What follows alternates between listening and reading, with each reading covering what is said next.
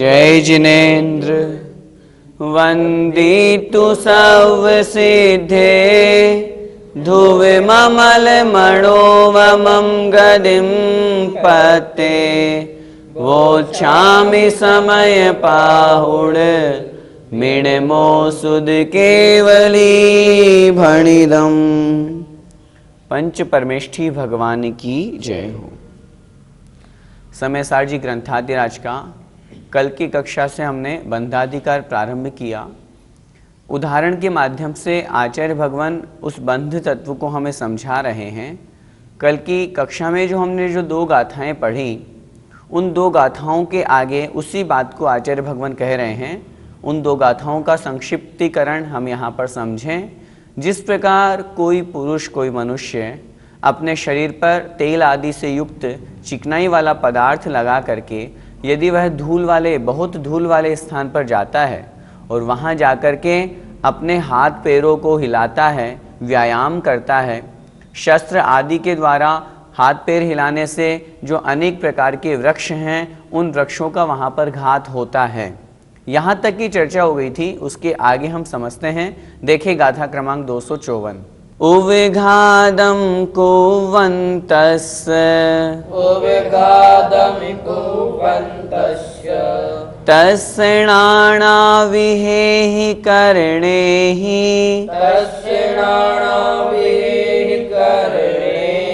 निच्छयदो चिन्तिज्यहु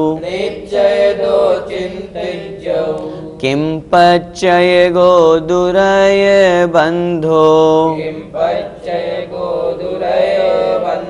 बोलिए।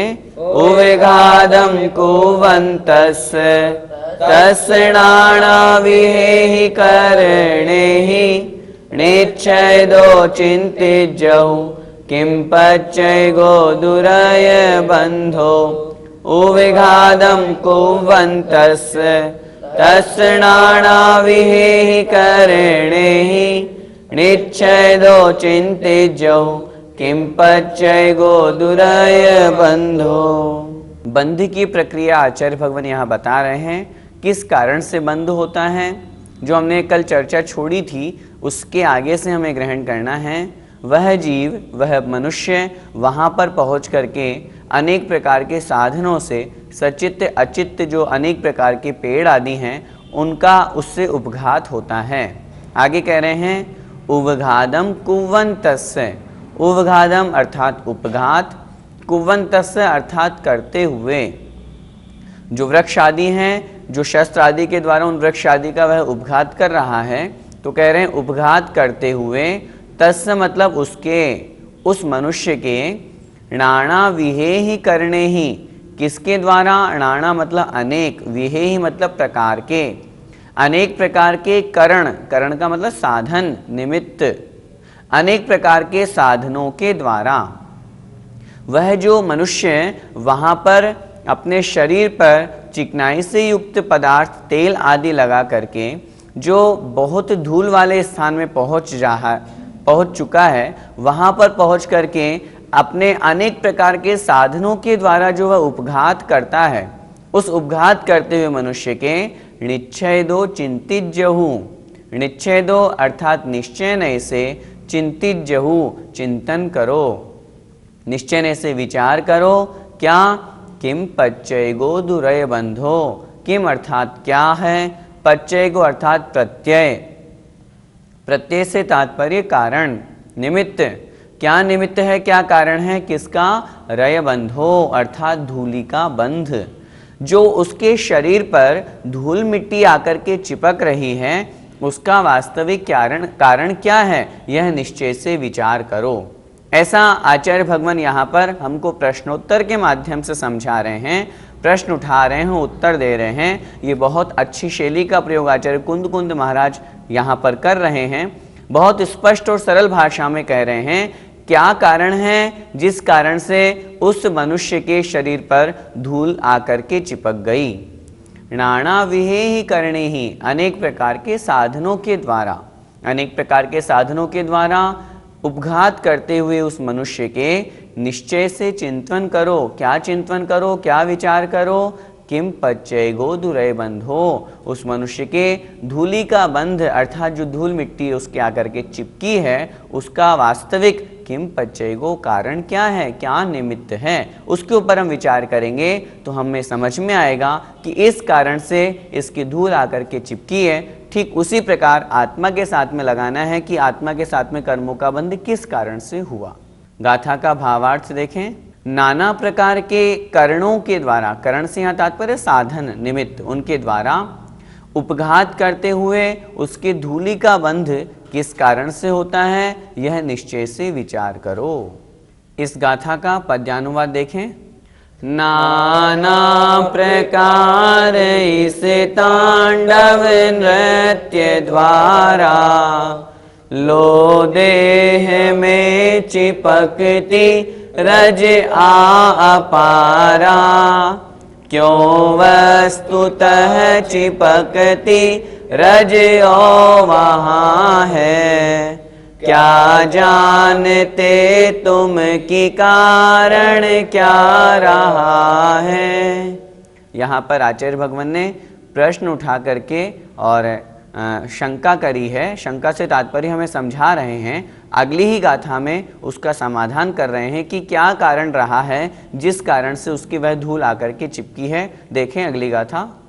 जो सो दुणे है भावो, जो सो दुणे है भावो, तम हिणरे तेण तस्रय बंधो, तम हिणरे तेण तस्रय बंधो, निच्छयदो विण्णेयम्, निच्छयदो विण्णेयम्, णकाय चिट्ठाहि शेषाहि, काय चिट्ठाहि शेषाहि। बोलिए। जो सो दुणे है भावो, तम हिणरे तेण तस्रय बंधो, निच्छयदो विण्णेयम्, णकाय चिट्ठाहि शेषाहि। जो सो दुणे है भावो, तम हिणरे तेण तस्रय बंधो, निच्छयदो विण्णेयम्, णकाय चिट्ठाहि शेषाहि। जो प्रश्न पिछली गाथा में छोड़ा था, क्या कारण है कि उसके चिकनाई के, क्या कारण है कि उसके धूल मिट्टी आकर के चिपक जाती है, उसका उत्तर दे रहे हैं भगवान। जो सो दुणे है भावो, जो मतलब जो, सो मतलब वह, दु मतलब तो, णेह भावो, णेह का मतलब स्नेह, स्नेह का मतलब स्निग्ध पदार्थ, तेल की जो चिकनाहट है वह। तम ही नरे, उस मनुष्य में अर्थात उस मनुष्य के शरीर में है, उस मनुष्य के शरीर में जो तेल की चिकनाहट लगी हुई है, तेण उससे, उस कारण से, तस्रय बंधो, उसके रज का बंध धूल मिट्टी आकर के चिपकती है। कितने सुंदर से उदाहरण से आचार्य भगवान यहाँ कह रहे हैं, उस मनुष्य में जो धूल मिट्टी आकर के चिपकी उसका कारण क्या है, क्योंकि उसके शरीर में क्या लगा हुआ है, णेह भावो, अर्थात चिकनाई से युक्त पदार्थ जो तेल आदि है वह उसके शरीर में लगा हुआ है।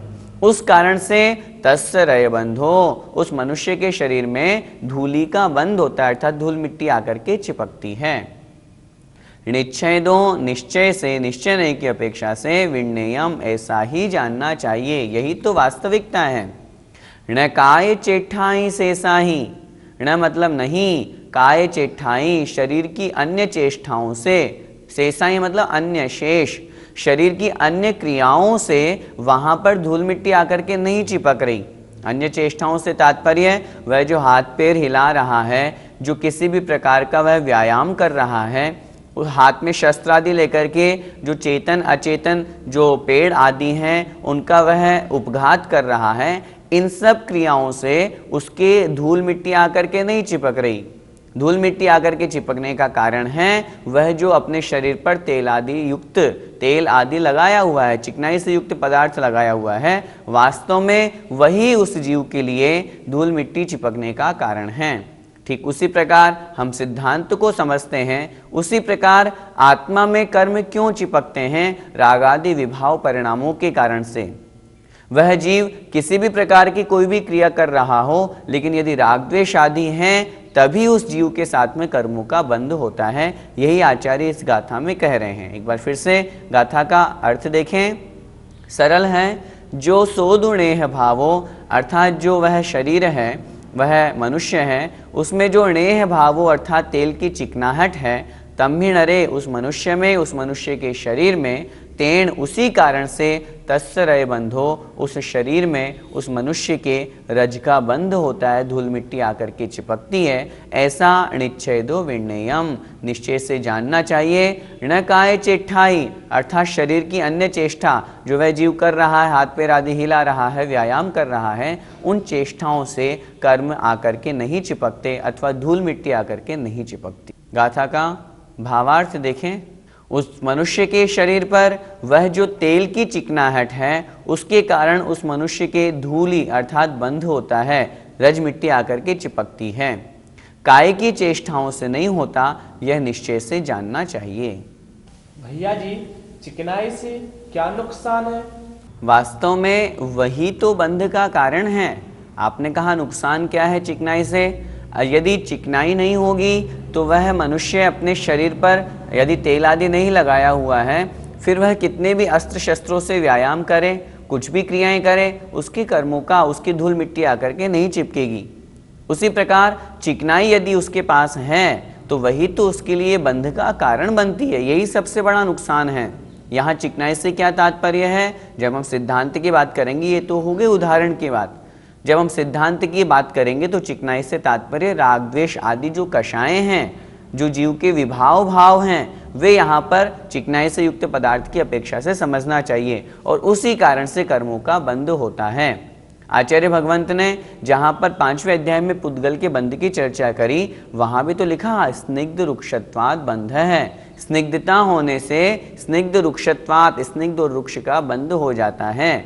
आपस में दो पुद्गल के परमाणु कब मिलते हैं? जब उनमें स्निग्ध गुण होता है। रुक्ष रुक्ष कभी बंध को प्राप्त नहीं होते हैं। इसलिए स्निग्धता जहाँ होती है, चिकनाई जहाँ होती है, वहाँ आपस में मेल होता है, मिलन होता है, बंध को प्राप्त होते हैं। उसी प्रकार हम सिद्धांत को समझें, जहाँ पर राग द्वेष आदि कषाएं होंगी, वहाँ पर कर्मों का बंध होता है।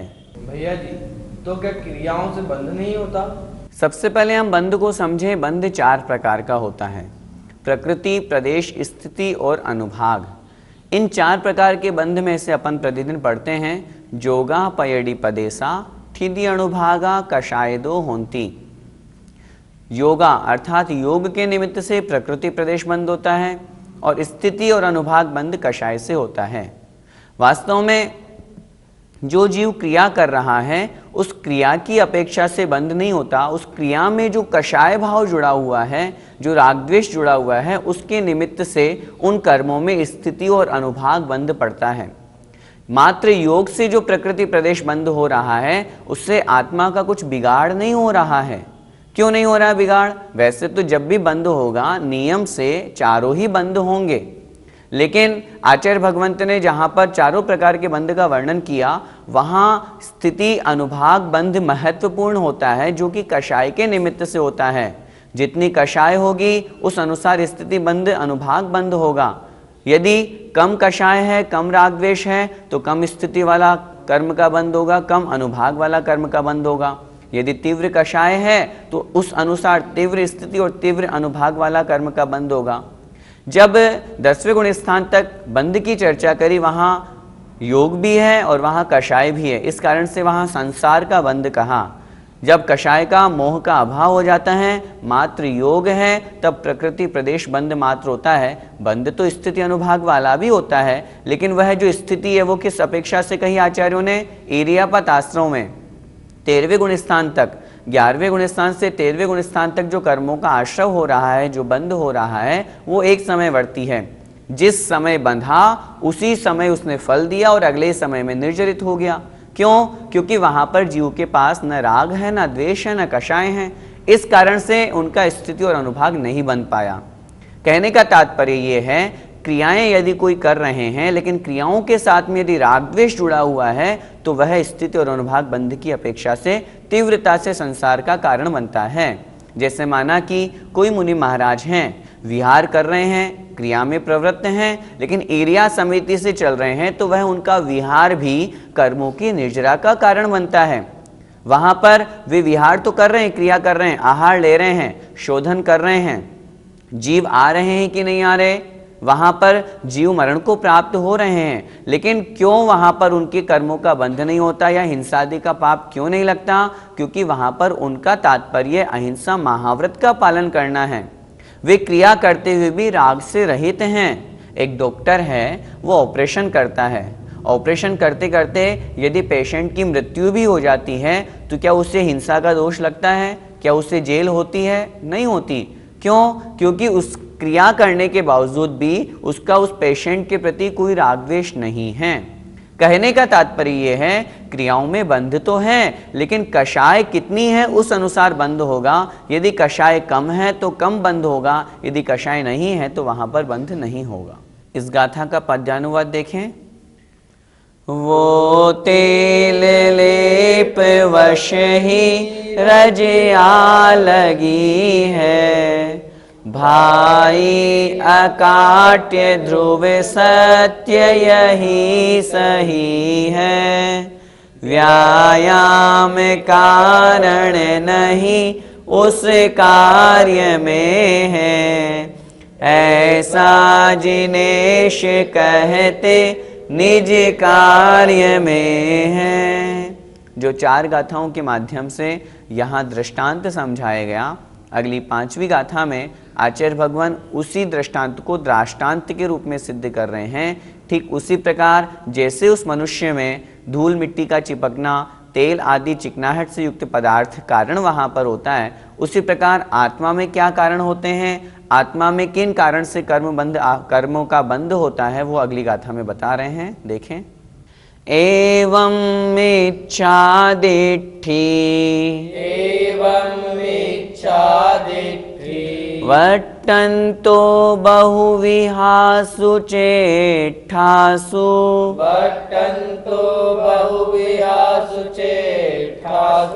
रागादि उवयोगे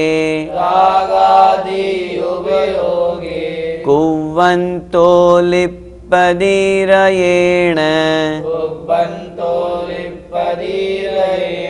बोलिए।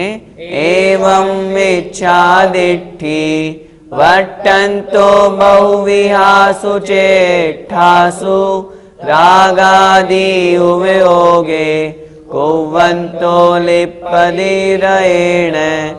एवं मिच्छा दिट्ठी वट्टन्तो बहुविहासु चेट्ठासु रागादि उवयोगे कुवन्तो लिप्पदिरयेण। अर्थ देखें। एवं इसी प्रकार, जिस प्रकार वहाँ उस पुरुष की बात की गई, उसी प्रकार मिथ्या दिट्ठी मिथ्या दृष्टि जीव, वट्टन्तो अर्थात प्रवर्तन करता है, वर्तन से युक्त है, जिसे हम कहते हैं प्रवर्तमान। बहुविहासु चेट्ठासु, अनेक प्रकार की, चेट्ठासु मतलब चेष्टाओं में, क्रियाओं में। उसी प्रकार वह मिथ्या दृष्टि जीव अनेक प्रकार की चेष्टाओं में प्रवृत्त होता हुआ रागादि उवयोगे, रागादि जो भाव हैं, राग द्वेष मद लोभ मोह जितने भी विकारी भाव हैं, उवयोगे अर्थात उपयोग में, कुवन्तो अर्थात करता हुआ, अपने उपयोग में रागादि भावों को करता हुआ, लिप्पदि रयेण अर्थात लिप्त होता है, रयेण रज के द्वारा, रज तात्पर्य कर्म रूपी रज के द्वारा। कहने का तात्पर्य वह जो जीव है वह किस कारण से कर्म रूपी रज को प्राप्त हुआ, तो आचार्य भगवान ने अंतिम 2 पंक्तियों में कहा रागादि उवयोगे कुवन्तो, अपने उपयोग में राग द्वेष आदि को करते हुए इसी कारण से वह कर्म रूपी रज से लिप्त होता है, अर्थात कर्म रूपी रज आकर के उसकी आत्मा से चिपक जाती है, जो उस आत्मा को मैला कर देती है। ऊपर की 2 पंक्तियों में कह रहे हैं अनेक प्रकार की चेष्टाओं में प्रवृत्त हो रहा है वह मिथ्या दृष्टि जीव, लेकिन वहाँ महत्वपूर्ण कारण है वह राग द्वेष आदि विकार भावों में प्रवृत्त हो रहा है, इस कारण से कर्म आकर के आत्मा से चिपक रहे हैं। एक बार फिर से गाथा का अर्थ देखें।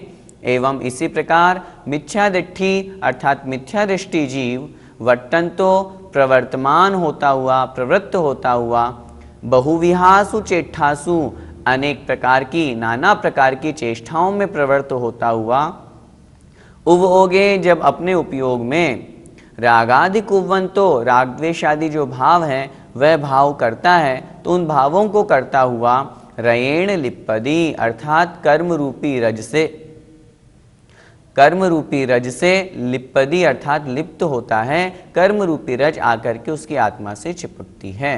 अर्थात कर्म बंध का मूल कारण क्या है? रागादि भावों का होना। गाथा का भावार्थ देखें। इसी प्रकार नाना प्रकार की चेष्टाओं में प्रवर्तमान मिथ्या दृष्टि अपने उपयोग में रागादि भावों को करता हुआ कर्म रज से लिप्त होता है।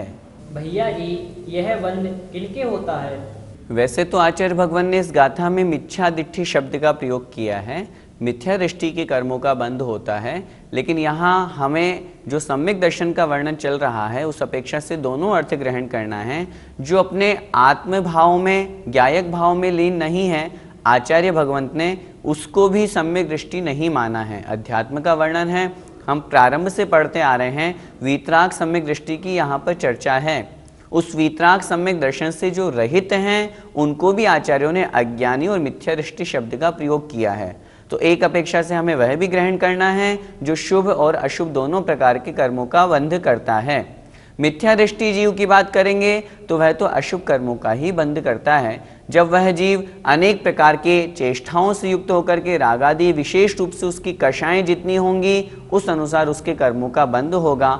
उसकी अपेक्षा से चतुर्थ गुणस्थानवर्ती जो सम्यक दृष्टि जीव है उसके भी कर्मों का बंध तो होगा, लेकिन मिथ्या दृष्टि की अपेक्षा से कम होगा, क्योंकि उसके राग द्वेष कम होगा और ऊपर ऊपर जो जो बढ़ते जाएंगे त्यों त्यों उस अपेक्षा से उन जीवों के कर्मों का बंध कम होगा। लेकिन जब राग द्वेष का पूर्ण अभाव हो जाएगा तब कषाय रूप से होने वाला स्थिति अनुभाग बंध पूर्णतया समाप्त हो जाएगा और वहाँ पर 11वें 12वें और 13वें गुणस्थान में भी जो बंध हो रहा है वो मात्र कथन मात्र में है कि हाँ बंध है, वास्तव में वो बंध संसार में भटकाने वाला नहीं होता।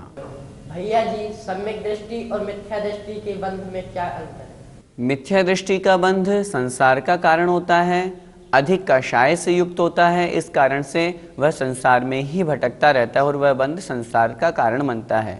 लेकिन सम्यक दृष्टि जीव रागादि भावों को कम करता हुआ उसके बंध तो होता है, लेकिन वो बहुत हल्का होता है, बहुत कम होता है, इसलिए वह संसार का कारण नहीं बन करके परंपरा से मोक्ष का कारण बनता है। कहने का तात्पर्य ये है, जो प्रथम गुणस्थानवर्ती मिथ्या दृष्टि है उसकी अपेक्षा से चतुर्थ गुणस्थानवर्ती सम्यक दृष्टि जीव के कर्मों का बंध तो होगा, लेकिन कम होगा, हल्का होगा।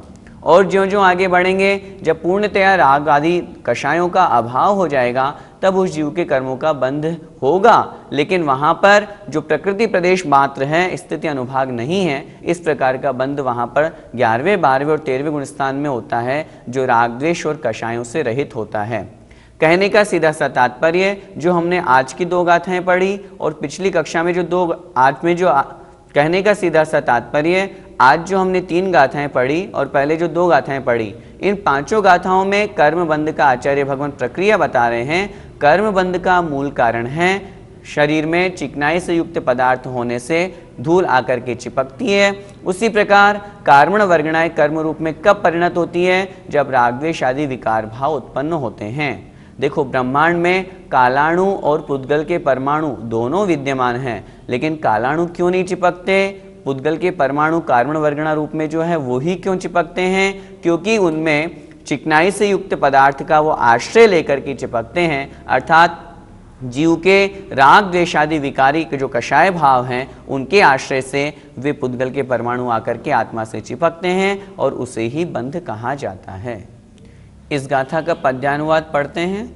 मिथ्यात्व मंडित कुधि त्रय योग द्वारा चेष्टा निरंतर किया करता विचारा।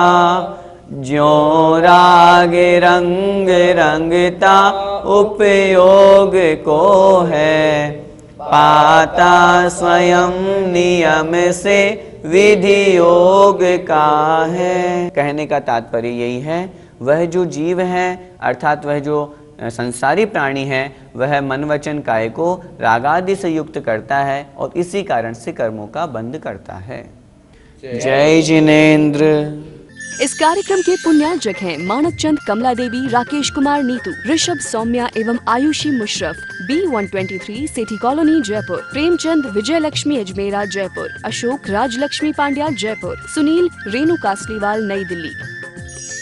Shri Parasnath re rolling mills limited, Durgapur 1, Vardhaman Paschim Bangal. Amita Jain wife of Anil Kumar Jain, Sangeeta Jain wife of Vipin Kumar Jain. Shri Satish Chandra Jain की पुण्यतिथि पर Shrimati Shobha Jain, doctor Piyush Jain, doctor Anjali Jain, doctor Shakti Jain, संयम जैन, कुमारी दिया जैन।